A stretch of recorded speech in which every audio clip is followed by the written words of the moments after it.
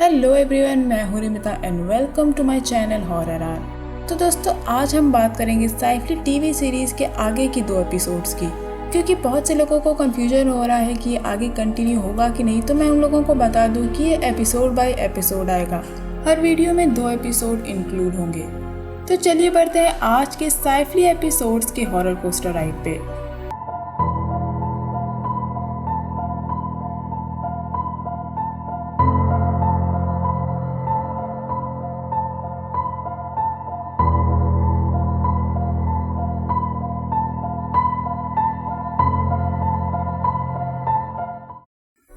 सेलिम बुसरा को लेने आता है। बीच में वो दोनों कब्रिस्तान के पास रुकते हैं, जहाँ सेलिम बुसरा की पिता की कब्र पे पेड़ लगाने के लिए देता है।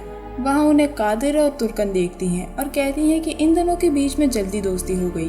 दोनों पेड़ लगा रहे होते हैं, तब बुसरा का हाथ सेलिम के हाथ पे पड़ता है और बुसरा को सेलिम के साथ एक कनेक्शन महसूस होता है। इसके बाद दोनों एक जगह बैठते हैं, यहाँ सेलिम अपने बचपन की बात बताता है कि उसने मक्खियाँ पकड़ी थी। दूसरे दिन जब वो उठा तो मक्खियाँ मर गई थी। वो बोतल लेके बाहर गया और रोते रोते दुआ मांगी कि वो जिंदा हो जाए। उसने सारी मक्खियों को अखबार में लपेट के मिट्टी में दबा दिया। अगले दिन उसे देखने का मन किया तो उसने वो बोतल खोद के बाहर निकाली, लेकिन उस अखबार में कुछ नहीं था। सेलिम को लगा कि वो जिंदा हो गई हैं, उसकी दुआ कबूल हो गई। इसलिए वो अपनी माँ की कब्र पे जाया करता था और उनकी कब्र को पानी दिया करता था और दुआ मांगता था कि वो वापस जिंदा हो जाए, लेकिन ऐसा कुछ नहीं हुआ। यहाँ हम सेलिम और बुसरा को करीब आता देखते हैं। उधर दाऊद अपने दोस्त हुसैन से मिलने जाता है। दाऊद हुसैन से बुसरा के पिता अब्दुल के बारे में बात करता है। हमें यहाँ पता लगता है कि अब्दुल की मौत से पहले वो अजीब बिहेव करने लगा था, जिसके बाद दाऊद को पता लगता है कि सेलिम रात में उस जंगल की तरफ जाता है। ये बात उनको और परेशान कर देती है, क्योंकि एलिफ जिस बच्ची को हमने स्टार्टिंग में देखा था वो उसी जंगल के पास पाई गई थी। सेलिम क्लास ले रहा होता है, जहाँ उसे अली दिखता है, जो कहता है कि तुम्हें बुसरा को सब कुछ बता देना चाहिए, वरना किसी और से अगर उसको पता लगेगा तो उसको बुरा लगेगा। और अगले ही पल सब कुछ ठीक हो जाता है। बुसरा एलिफ के घर जाने की बात हुलिया को बताती है कि एलिफ ने बुसरा को नहीं पहचाना। उन दोनों को समझ नहीं आ रहा था कि एलिफ को क्या बीमारी है। जिसके बाद हुलिया हलील के साथ बाहर बैठने चली जाती है। तब अजीज सफाई करने आता है और बुसरा अजीज से कहती है कि अजीज की दादी माँ को सेलिम पे चिल्लाते देखा। तब अजीज बताता है कि उसकी दादी माँ किसी को क्यों नापसंद करती हैं ये कहना मुश्किल है। वो कहता है कि सेलिम के साथ बहुत बुरा हुआ।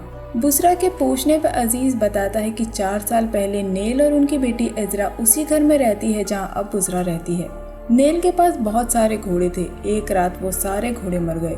कुछ लोगों का मानना था कि उन्होंने घोड़े को जहर देके मार दिया है, पर नेल का कहना था कि उसके घोड़े घर आते हैं, उससे बातें करते हैं। वो घोड़े नेल से कहते हैं कि उन्हें पता है कि एजरा कहाँ है, लेकिन वो नेल को बताते नहीं। धीरे धीरे नेल पागल हो गया और उसने चूहे मारने की दवा खा ली। एजरा और कोई नहीं सेलिम की मंगेतर थी। एजरा गायब हो गई थी, जिसका कोई पता नहीं। ये बताते समय अजीज को खांसी आने लगती है और वो कुछ भी बोल नहीं पाता। तब हम बुसरा की आंखों का रंग बदलता देखते हैं। उसी वक्त वहाँ हलील आता है और अजीज को संभालता है।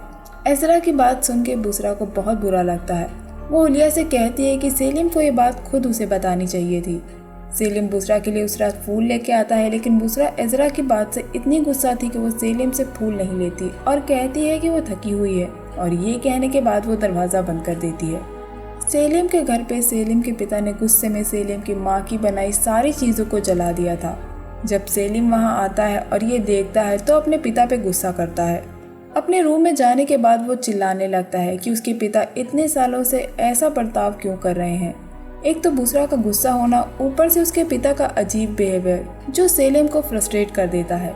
इसके बाद हमें दाऊद का घर दिखाया जाता है, जहाँ उसने एक आदमी से ताज़ी हड्डियाँ मंगवाई थी। दाऊद वो हड्डियाँ ले लेता है और एक गड्ढा खोदता है और उस गड्ढे में वो हड्डियाँ डाल देता है। फिर उसके ऊपर से एक गाढ़ा लिक्विड डालता है। देखने से वो खून लगता है, जिसके बाद वो हड्डियों को वहीं दफना देता है। तब ऊपर के कमरे की लाइट जल जाती है और वो दोनों गुड्डे हमें खड़े दिखते हैं। ये देख के दाऊद खुश होता है। मैं आपको बता दूं कि दाऊद को अपने पोते हर वक्त दिखते हैं और वो उनसे बातें करता है।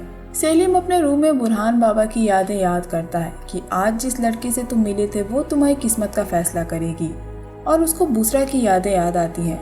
लेकिन बुसरा के आज के बिहेवियर से वो परेशान था और इसके बाद वो सो जाता है। अजीज घर पहुंचता है जब उसकी दादी कुछ बना के उसको देती हैं और कहती हैं कि ये अपनी तकिए के नीचे रख के सोना। अजीज सोने चला जाता है जब उसको उसकी दादी की आवाज़ सुनाई देती है जो कहती है कि चलो खाना खा लेते हैं। और जब अजीज उस आवाज़ का पीछा करता है तो वो अपनी दादी को मांस खाता देखता है, मानो वो उसकी दादी नहीं बल्कि दादी के रूप में कोई और हो। ये देख के वो एकदम चौंक जाता है। तभी पीछे से उसकी दादी की आवाज़ फिर से सुनाई देती है और अजीज की दादी वहीं पीछे बैठी होती है जो उससे कहती हैं कि चलो खाना खा लें। अजीज जब वापस उस रूम की तरफ मुड़ के देखता है तो वहाँ कोई नहीं होता।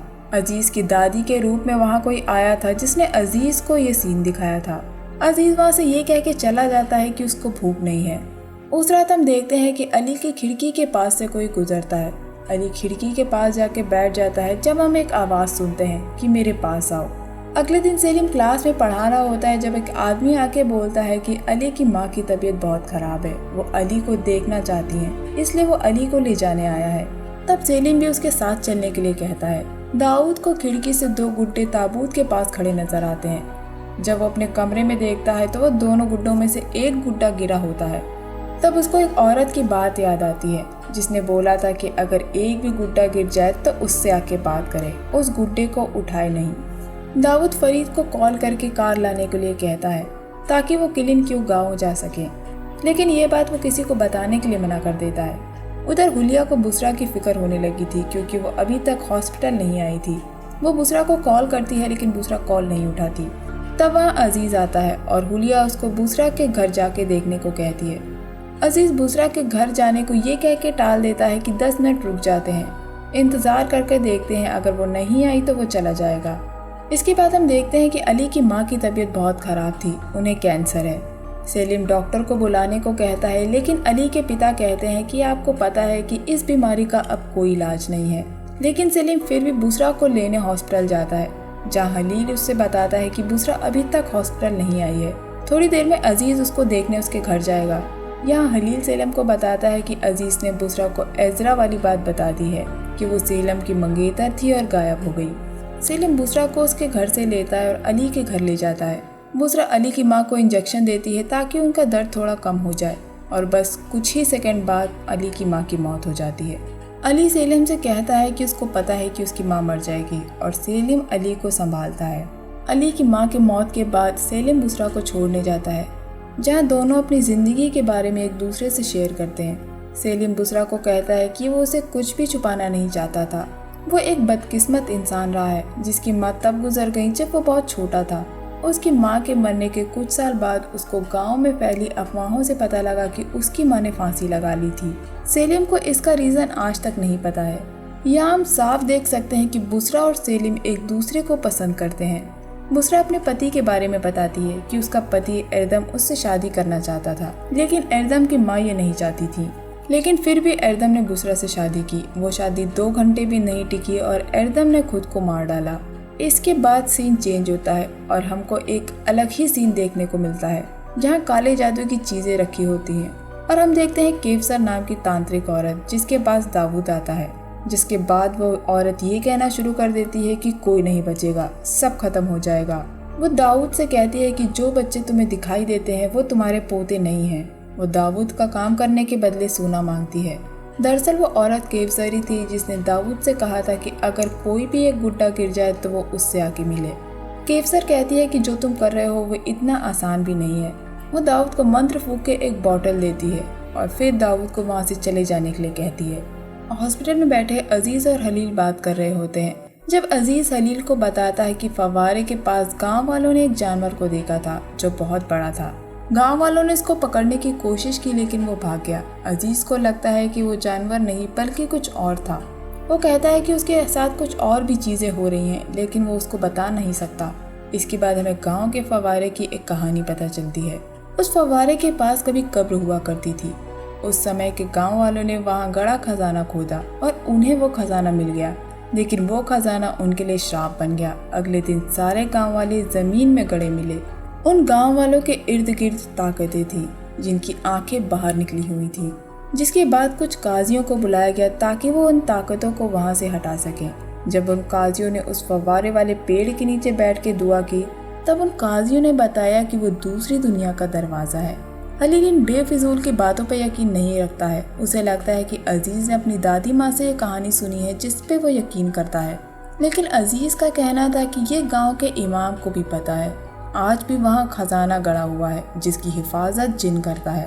हलील कहता है कि पहले के ज़माने में गैर मुस्लिम अपना खजाना बचाने के लिए ऐसा किया करते थे और कहते थे कि जिन उसकी हिफाजत कर रहा है ताकि उस खजाने के पास कोई नहीं जाए, लेकिन ये बात सच नहीं है।